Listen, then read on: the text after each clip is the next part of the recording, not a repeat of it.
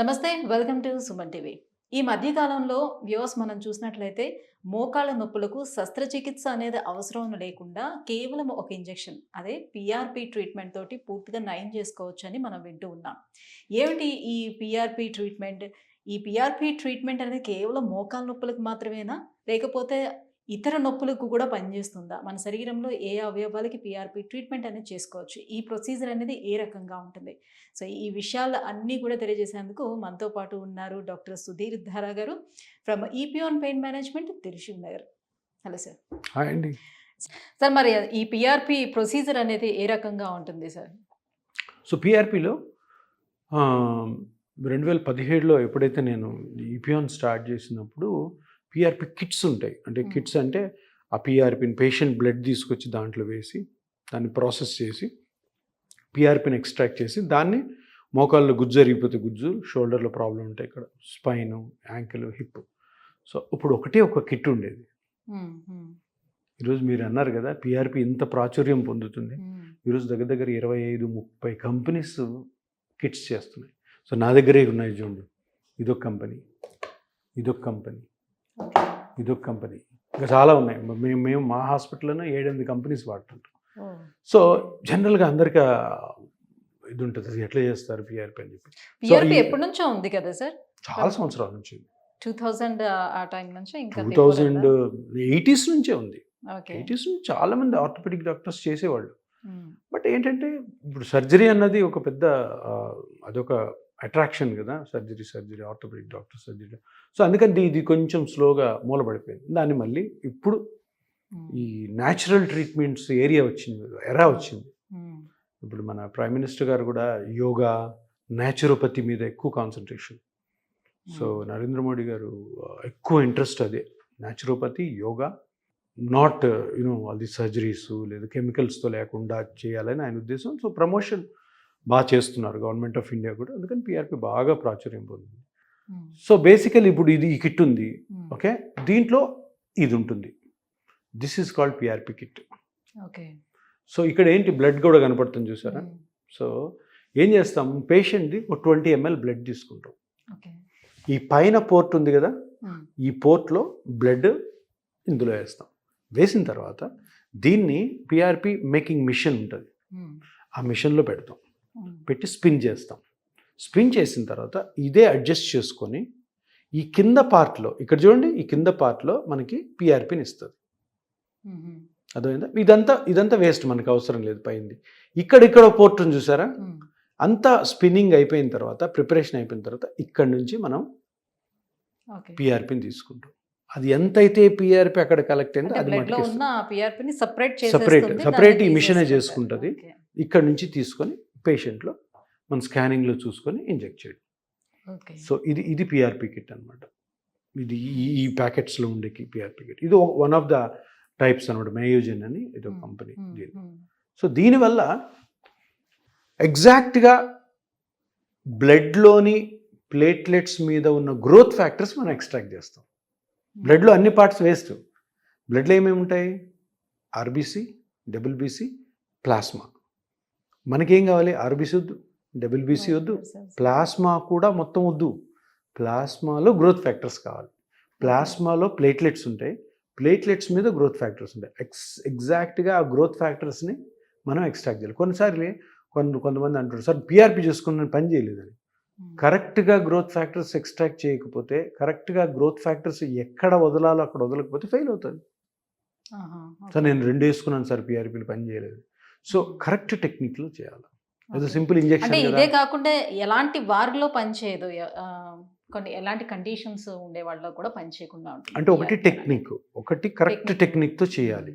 చేస్తే కరెక్ట్గా స్కానింగ్ చేసుకొని ఏ పార్ట్ డ్యామేజ్ అయిందో ఆ డ్యామేజ్ని కనుక్కొని దాని మెజర్మెంట్స్ తీసుకొని అది పేషెంట్కి ఎక్స్ప్లెయిన్ చేసి కరెక్ట్ టెక్నిక్తో మనం పీఆర్పీని ఎక్స్ట్రాక్ట్ చేసి అక్కడ ఇంజెక్ట్ చేస్తే అవుతుంది. ఇది ఒకటి. ఎటువంటి పేషెంట్స్లో ఇది పని చెయ్యదు. మేము చెప్పిన ప్రికాషన్స్, జాగ్రత్తలు పాటించిన వాళ్ళలో చేయదు. తప్పకుండా నేను పేషెంట్ తోటి మాట్లాడి, చూడండి మీ లైఫ్ స్టైల్ ఇలా ఉంది, మీరు ఇలా మారాలి, కొద్దిగా మీ పని మీరు చేసుకోవాలి. మళ్ళీ మోకాళ్ళు కానీ ఎక్కడైతే మనం ఈ ట్రీట్మెంట్ చేస్తాం ఆ పార్ట్స్ అన్ని జాగ్రత్తగా ఉండాలి. అటువంటి పేషెంట్ కొన్ని డిసీజ్ కండిషన్స్లో అంటే ఇప్పుడు బ్లడ్లోని సెల్స్నే కదా మనం వేసేది. ఆ బ్లడ్లోని సెల్స్లో ఏదైనా ప్రాబ్లం ఉందనుకోండి, అంటే Okay. బ్లడ్ డిస్క్రియేసీ అంటారు, blood diseases, cancers, blood cancers. కొంతమందిలో ప్లేట్లెట్ కౌంట్ తక్కువ ఉంటుంది, థ్రాంబోసైటోపీనియా అంటాం. ఇటువంటి పేషెంట్స్లో ఇది పని చేయదు, ఏం డేంజర్ ఏం కాదు, వర్క్ చేయదు. ఎందుకంటే ఆ సెల్స్ లేవు కదా అక్కడ, ఆ సెల్స్ కొంచెం డీరేంజ్డ్ ఉంటాయి, సరిగ్గా Okay. పని చేయవు. సో ఇటువంటి కండిషన్స్లో అంటే మీరు ముందే బ్లడ్ టెస్ట్ వాడకూడదు. చేసి అంత Yeah. కండిషన్ బాగుందా లేదా అని చూసుకున్న తర్వాతే తీసుకుంటారు. తప్పకుండా చేయాలి, టెస్ట్ Okay. చేసుకొని చూసుకొని వచ్చారు. ఎందుకంటే ఇది ఒక సిస్టమ్, ఇది ఈ సిస్టంలో ఎక్కడ మనం డీవియేట్ అయినా, ఎక్కడ సరిగ్గా చేయకపోయినా కానీ అనుకున్న రిజల్ట్ రాదు. పేషెంట్ డిసప్పాయింటెడ్ ఉంటాడు, మనం డిసప్పాయింటెడ్ ఉంటాం. సో ఇప్పుడు ఏజ్ పెరుగుతున్న కొలది వారిలోని ఈ గ్రోత్ ఫ్యాక్టర్స్ అనేది తగ్గుతాయా? అస్సలు తగ్గవు. Hmm. ఎందుకంటే ప్లేట్లెట్స్ అనేవి ఏవైతే ఉన్నాయో బాడీలో, అవి కరెక్ట్ మోతాదులో లేకపోతే మనిషి నార్మల్గా ఉండరు. ఇప్పుడు నార్మల్గా నడుస్తూ ఉన్న మనిషికే కదా మోకాలు నొప్పి వస్తుంది, బెడ్ రిడన్ పేషెంట్కి రావు కదా. Yes. So platelets in case normal క్వాంటిటీలో లేకపోతే పేషెంట్ నార్మల్గానే ఉండడు, అసలు బెడ్ రిడన్ ఉంటాడు. Hmm. సో చనిపోతారు కూడా. జనరల్గా 99% పేషెంట్ బాగా యాక్టివ్గా తిరుగుతున్న పేషెంట్స్లో ప్లేట్లెట్స్ నార్మల్గా ఉంటాయి. సో అందుకని ఆ భయం ఏం అవసరం లేదు, బట్ టెస్ట్ చేసుకోవాలా తప్పకుండా, మనం చూసుకొనే అది చేయాలి. సో గతంతో పోల్చుకుంటే ట్రీట్మెంట్ వైజ్గా ఇప్పుడు సక్సెస్ రేట్ ఎలా ఉంది దీంట్లో? సక్సెస్ రేట్ చాలా చాలా ఇంపార్టెంట్ ఫ్యాక్టర్ ఏంటంటే, మనం ఎలా చేస్తున్నాము, మనం ఏమి ఎక్స్ప్లెయిన్ చేస్తున్నాం పేషెంట్కి, ఆ పేషెంట్ మనం అనుకున్న విధంగా ఉండగలడా లేదా అన్న అనాలిసిస్ చేసుకోకుండా కానీ పీఆర్పీ చేసే మటుకు పనిచేయదు, సక్సెస్ రేట్ ఉండదు. ఓకే. ఇప్పుడు అందరూ ఏమనుకుంటారంటే, చాలామంది నేను చూస్తుంటా, డాక్టర్స్, పేషెంట్స్ అందరూ కూడా ఏదో ఈ పీఆర్పీ అంటే ఒక లక్స్ సోప్ కొనుక్కున్నట్టు పియర్ సోప్ కొనుక్కుంటే అక్కడ కాకపోతే ఇక్కడ, ఇక్కడ కాకపోతే తప్పది. ఇది ఒక కమోడిటీ కాదు, ఒక వస్తువు కాదు. పీఆర్పీ అన్నది ఒక సైన్స్. ఆ సైన్స్ తెలిసిన డాక్టర్ అయితే బాగా చేయగలుగుతారు. సైన్స్ ఏంటి, ఈ సక్సెస్ రేట్ ఉండాలి అంటే కరెక్ట్ పేషెంట్ని సెలెక్ట్ చేసుకోవాలి. అందరికీ చేయకూడదు, కొంతమందికి సర్జరీ అవసరం ఉంటుంది, అటువంటి పేషెంట్ మేము తీసుకోం, వెంటనే సర్జరీ పంపిస్తాం, అదొకటి ఇంపార్టెంట్. తర్వాత పేషెంట్ లైఫ్ స్టైల్ ఏంటి, ఆయన చేసే జాబ్ ఏంటి, దానికి అనుగుణంగా ఈ ట్రీట్మెంట్ జరగాలి. అందరికీ వేసేస్తే తగ్గిపోద్దని అనుకోకూడదు. తర్వాత ఏ పార్ట్ డ్యామేజ్ అవ్వడం వల్ల నొప్పి వస్తుంది అన్నది స్కానింగ్లో అనుకోవాలి. స్కానింగ్ చేయాలి, స్కానింగ్ చేయకుండా పీఆర్పీ ఎప్పుడు పనిచేయదు. కనుక్కొని ఎక్కడ అరిగింది, ఎక్కడ దెబ్బతినిందో మనం కనుక్కొని చేస్తే అది ఇంప్రూవ్ అవుతుందా లేదా అనేది మళ్ళీ సబ్సీక్వెంట్ స్కాన్స్ చూసిన అప్పుడు సక్సెస్ రేట్ పెరుగుతుంది. మీరు ఏ హాస్పిటల్లో అయితే చేసుకుంటున్నారో అక్కడ ఎక్స్పర్టైజ్ డాక్టర్స్ ఉంటేనే సక్సెస్ రేట్ పెరుగుతుంది. పేషెంట్ డాక్టర్ గారు చెప్పిన సలహాలు కరెక్ట్గా పాటించినప్పుడే సక్సెస్ రేట్ పెరుగుతుంది. ఇలా చేయడం వల్ల ఇపియాన్లో ఇప్పటి వరకు దగ్గర దగ్గర 8 years అయింది, మన success rate is around 80 to 85%. ఎప్పుడైతే ఇవి అన్నీ కూడాను చేయగలిగినప్పుడే 80-85% రాదు లెక్క. ఇవన్నీ ఉండాలి, ఎందుకంటే ఇది ఒక రీసెర్చ్ ఇన్స్టిట్యూట్. ఎక్విప్మెంట్స్ కూడా అట్లానే ఉన్నాయి, ఎక్విప్మెంటు, టెక్నిక్, ఎక్స్పర్టైజు, పేషెంట్ అర్థం చేసుకోవడం, చెప్పడం, పేషెంట్ ఫాలో అప్ అవుతున్నా లేదా వాళ్ళని ఫాలో అవ్వడం, దాంట్లో కష్ట నష్టాలు ఉంటాయి, మళ్ళీ ట్రీట్ చేయడం. కానీ ఒక్కసారి మా దగ్గరికి వచ్చిన పేషెంట్కి లైఫ్ లాంగ్ మేమే కేర్ తీసుకుంటాం. అంతే కదా, ఇప్పుడు వస్తారు, ఇప్పుడు పేషెంట్ రిక్వైర్మెంట్ పేషెంట్ అండి, సార్ ఇప్పుడు చేస్తారు మీరు లైఫ్ లాంగ్ ఉంటుందంటే ఉంటుందా అని చెప్పను, కానీ నీకు లైఫ్ లాంగ్ ఎప్పుడు ప్రాబ్లం ఉన్నా కానీ నేనే చూసుకుంటా. మళ్ళీ చేయాల్సి వస్తుందేమో, ఇంకా వేరే ప్రాబ్లం రావచ్చు, ఈరోజు గుజ్జు అరిగిపోయింది, రేపొద్దున వేరే ప్రాబ్లం రావచ్చు. బట్ నేను ఇచ్చే అష్యూరిటీ ఏంటంటే లైఫ్ లాంగ్ ఇది పని చేస్తుందని చెప్పను. లైఫ్ లాంగ్ నువ్వు నా దగ్గర నన్ను నమ్మి ట్రీట్మెంట్ చేసుకుంటే నీ కేర్ తీసుకుంది. ఎందుకంటే ఈ జాయింట్ పెయిన్స్లో ఉన్న డ్యామేజెస్ బాగా అర్థమైపోయాయి మనకి, మన స్కానింగ్ మిషన్స్ వచ్చాక. ఈ సింపుల్ డ్యామేజ్ ఉంది, ఆ సింపుల్ డ్యామేజ్ సింపుల్గానే ట్రీట్ చేసుకునే అవకాశం ఉంది. ఇది జనాలకి తెలిసినప్పుడు, ప్రజలకి అందరికీ తెలిసినప్పుడు పెద్ద రెవల్యూషనరీ చేంజ్ వస్తుంది. అరే సింపుల్గానే ట్రీట్ చేసుకోవచ్చు, ఈ డాక్టర్ గారు చెప్పిన ఇన్స్ట్రక్షన్స్ పాటిస్తే చాలు. అయితే చాలామంది వ్యూవర్స్లో ఉన్నటువంటి డౌట్ ఏంటంటే సార్, ఇప్పుడు ఈ పిఆర్పి ట్రీట్మెంట్ చేసే క్లినిక్స్ చాలా వచ్చాయి, బట్ ఒక్కొక్క క్లినిక్లో ప్రైసెస్ ఒక్కొక్క రకంగా ఉంటున్నాయి, ఎందుకు ఇంత వేరియేషన్స్ ఉంటున్నాయి అని. ఇది కాంపిటీషన్ ఎప్పుడు ఉంటుంది కదా ఒక్కొక్కరు. కాబట్టి ఒకటి అందరు గమనించాల్సిందంటే క్వాలిటీ అన్న దగ్గర మనీ కాంప్రమైజ్ కాకూడదు.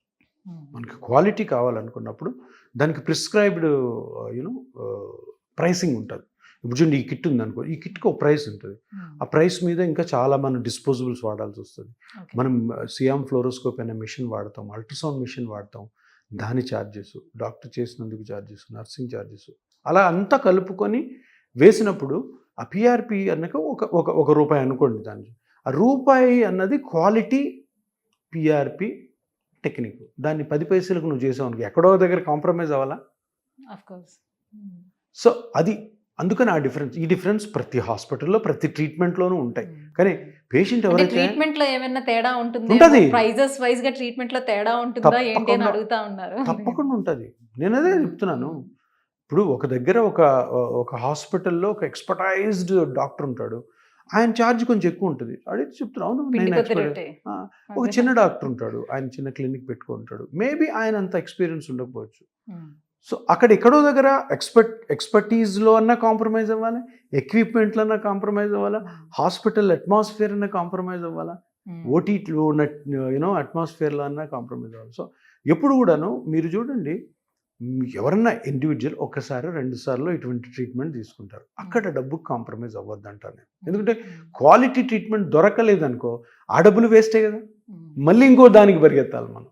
సో అందుకని ఆలోచించుకొని చేయాల్సిందంటే, ఒక్కటి, ఇది ఒక వస్తువులాగా చూడొద్దు, ఇదొక సైన్స్. ఇది బాగా తెలిసిన ఎక్స్పర్టీజ్ ఉన్న డాక్టర్ దగ్గర చేసుకోవాలనుకుంటేనే దీని రిజల్ట్ మంచిగా ఉంటుంది. Right, thank you so much sir. PRP మీద మాకున్నటువంటి సందేహాలన్నీ కూడా క్లారిఫై చేశారు. Thank you so much. Thank you.